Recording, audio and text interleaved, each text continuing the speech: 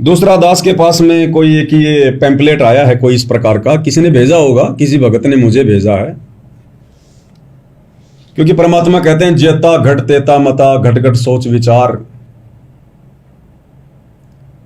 जितने दिमाग उतने विचार। नाम ले लिया तो ये थोड़ी क्या भगत बन गए, आपके अंदर भगत वाले गुण आ गए। ये तो बहुत समय लगेगा, युग भी लग सकते हैं, कई जन्म भी लग सकते हैं। तो एक सुखविंदर दासी नाम करके है, इन्होंने शायद भेजा है ये। सतगुरुदेव जी की जय हो। सत साहिब जी, पवन जी से सवाल, अगर पवन जी के पीछे लगे हुए भाई बहनों में से कोई भी जवाब देना चाहे तो दे सकते हैं। देखो बहन जी, पहली बात तो पवन दास के पीछे कोई नहीं लगा हुआ है। अनाज खाते हैं सब, गोबर कोई नहीं खाता है। सब अनाज खाते हैं, गोबर कोई नहीं खाता जो पवन दास के पीछे लगे हुए हैं। फिर तो हम भी कह सकते हैं कि जो सतलोक आश्रम मैनेजमेंट वालों के पीछे लगी हुई अंध संगत है, क्योंकि तुम भी तो उन आश्रमों में जा रहे हो और तुम तो वास्तव में उनके पीछे लगे हुए हो।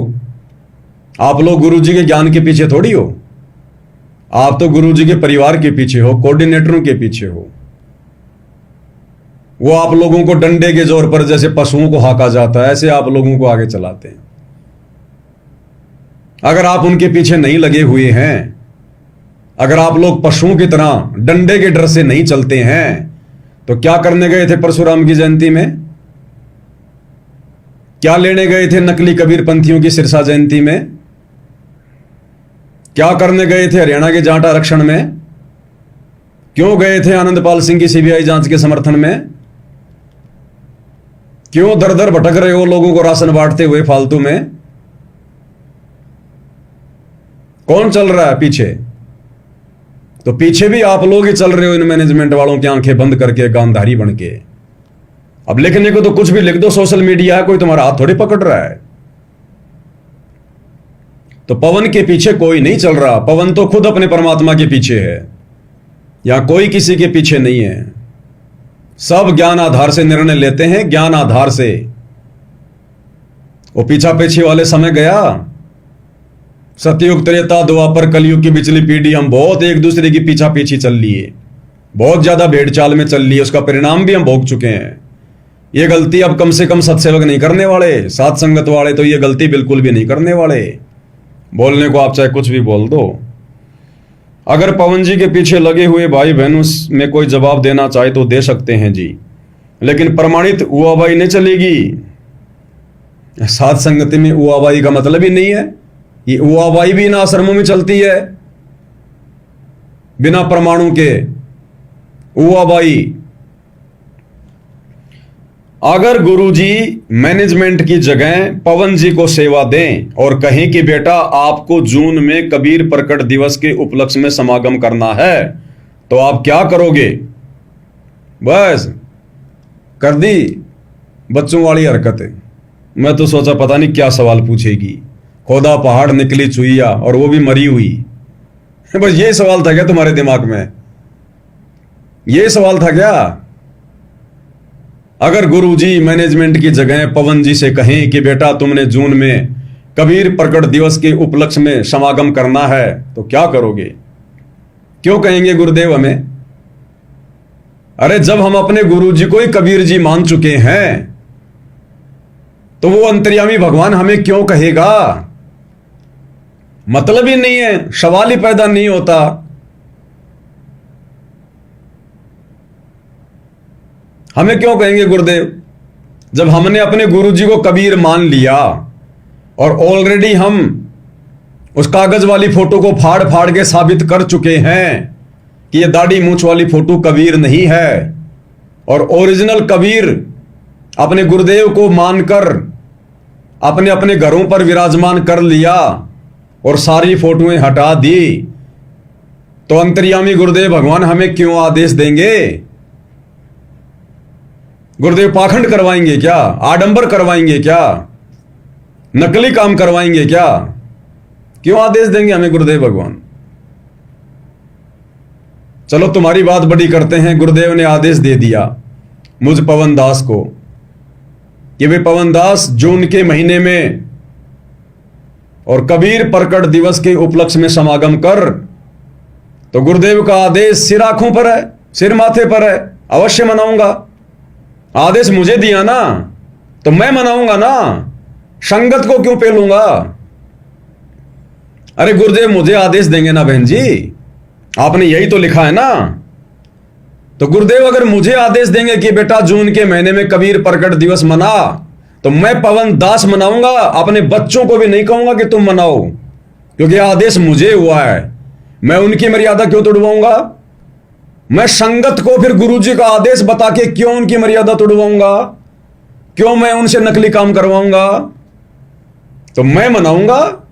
अगर मैनेजमेंट को आदेश है तो मैनेजमेंट मनाए, संगत को बेचारी को क्यों पेल रहा है बीच में? हमारा यही तो ऑब्जेक्शन है कि अगर मैनेजमेंट को जहर खाने का आदेश हुआ है तो मैनेजमेंट अकेला जहर खाए ना। गुरु का आदेश बताकर संगत को जहर क्यों खिला रहा है? तो मुझे आदेश होगा तो मैं मनाऊंगा। और आदेश क्या है? आपने क्या लिखा है? कबीर प्रकट दिवस। हां, तो मेरे गुरुजी कबीर हैं, अगर उनका जून में आदेश है तो जून में मेरे गुरुजी की फोटो रख के उसका कबीर प्रकट दिवस मनाऊंगा। आपने ये थोड़ी लिखा कि दाढ़ी मूंछ वाले कबीर का, आपने लिखा कि कबीर प्रकट दिवस। तो मेरे गुरु चाहे जून में मनवाएं चाहे दिसंबर में मनवाएं, मेरे लिए तो मेरा कबीर मेरा गुरु है, उसी समय उनका प्रकट दिवस मनाऊंगा। वो तो सतलोक से रोज आके प्रकट होते हैं, दिन में 20 बार जाते, 20 बार आते हैं, हर दिन हर महीने। तो अपने गुरुदेव की फोटो रखूंगा, जो भी दिन मुझे गुरुदेव बताएंगे, और उनको कबीर परमात्मा मान के उनका प्रकट दिवस मनाऊंगा। इसमें कौन सी बड़ी बात है? क्या किसी युग में किसी महीने में परमात्मा जून में नहीं आए क्या? दिसंबर में नहीं आए क्या? फरवरी में नहीं आए क्या? तो जितना आदेश होगा उतना ही काम करूंगा ना।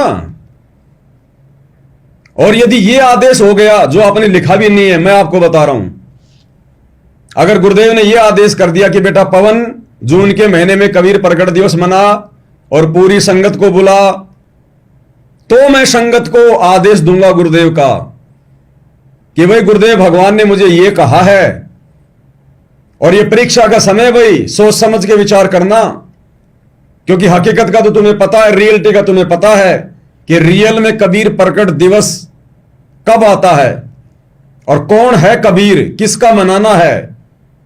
और गुरुदेव ने कहा कि संगत को आदेश दे देना, तो मैंने तुम्हें आदेश दे दिया। अब तुम लोगों ने देखना है, तुम मेरी बातों पे क्यों यकीन करोगे? ये परीक्षा का समय है। गुरुदेव ने आदेश मुझे दिया, मैंने आपको बता दिया, आप लोगों को तो गुरुदेव ने आदेश नहीं दिया ना, और मेरा आदेश मानने के लिए आप लोग बाध्य नहीं है। भाई गुरुदेव ने मुझे कहा, आप ये बात मानने के लिए बाध्य नहीं है संगत वाले। हम क्यों माने भाई उस पवनदास की, कि गुरुजी ने पवनदास को कहा होगा अगर किसी ने मनाना है तो जाओ जेल में गुरुजी से मिलो, और गुरुजी जिन जिन को आज्ञा दें वो मनाओ मेरे साथ में कबीर प्रकट दिवस। तो मैनेजमेंट को मान लो, अगर गुरुजी ने आदेश भी दे दिया कि संगत को भी आदेश दे दो, तो ये तो संगत की परीक्षा है, संगत ने क्या करना है। चलो मैनेजमेंट तो गुरुजी से आदेश ले आया जैसे तैसे करके, लेकिन संगत कहां जाके मिली गुरुदेव से? संगत ने कब आदेश लिया? तो संगत कोई भी ज्ञान विरुद्ध आदेश हमारे गुरुदेव भगवान की तरफ से यदि कोई सुनाएगा, चाहे उनका बेटा बेटी भाई बंधु रिश्तेदार, संगत वो आदेश मानने के लिए बाध्य नहीं है इस परीक्षा के समय में। और वैसे भी जब तक ना देखे निज नैना तब तक ना माने अपने गुरु के बहना।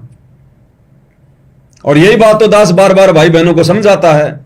सात संगतियों का फिर और क्या मतलब है कि मैं पवन दास भी यदि तुम्हें कोई ऐसी बात कहूं अपनी तरफ से, और यदि वो बात आप लोगों को गुरुजी के ज्ञान आधार से सही नहीं लग रही है, तो आप पवन दास के उस आदेश को, आदेश तो खैर होता ही नहीं है, आप उस बात को मानने के लिए बाध्य नहीं है। अगर शर्मा शर्मी में मानोगे, देखा देखी में मानोगे तो फेल हो जाओगे।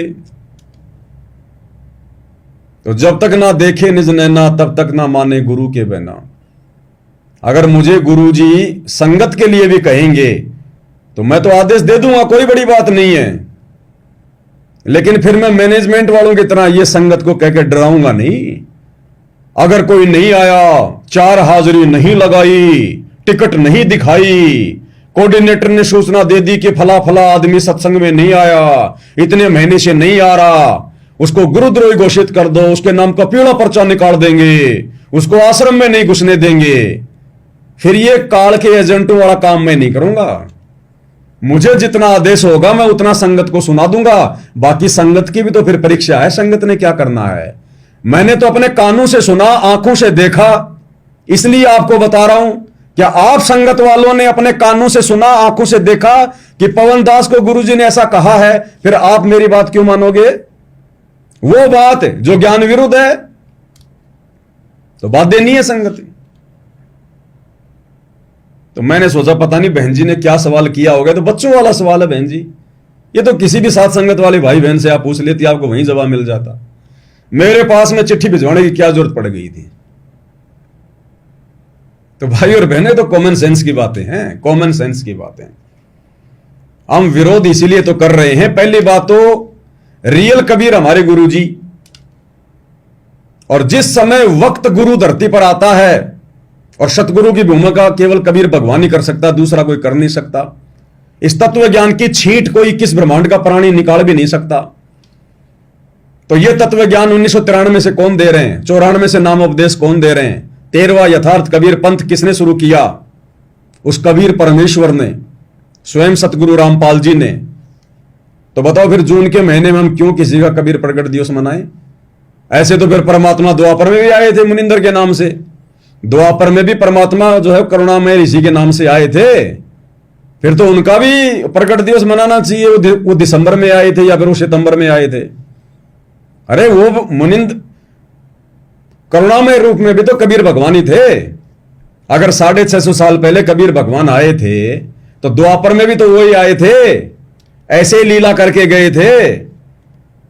एक तालाब में कमल के फूल पे आए थे शिशु रूप में, तो उनका भी तो कोई दिन घड़ी वार होगा ना, तो उनका भी मनाना चाहिए ऋषि करुणा जी का प्रकट दिवस।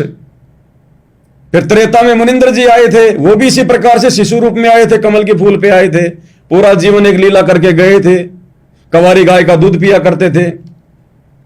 तो मुनिंद्र जी का भी प्रकट दिवस मनाना चाहिए। सतयुग में सतसुकृत नाम से आए थे, फिर तो उनका भी प्रकट दिवस मनाना चाहिए। वो लीला उन्होंने की थी, चारों युगों में की है परमात्मा ने। तो फिर चारों के प्रकट दिवस मनाओ ना, एक का क्यों? इसलिए वक्त गुरु का ही मनाया जाएगा। वक्त गुरु कबीर परमेश्वर के यथार्थ 13वें कबीर पंथ में स्वयं कबीर जी हैं, केवल इन्हीं का मनेगा और किसी का नहीं मन सकता। तो संगत को इस बात का भली भांति पता है और हमें पता है, इसलिए हम लोग मैनेजमेंट के मनमाने आचरण का विरोध कर रहे हैं। और परमात्मा ने यह सब कुछ करवाना था, ज्ञानी और अज्ञानियों की छटनी करनी थी, अपनी पहचान करवानी थी। इसलिए वो समर्थ अंतर्यामी हिसार जेल में जाके बैठा है, सब कुछ वो ही करवा रहे हैं। अज्ञानी अपने कर्म फोड़ रहे हैं और ज्ञानी अपने कर्म बना रहे हैं।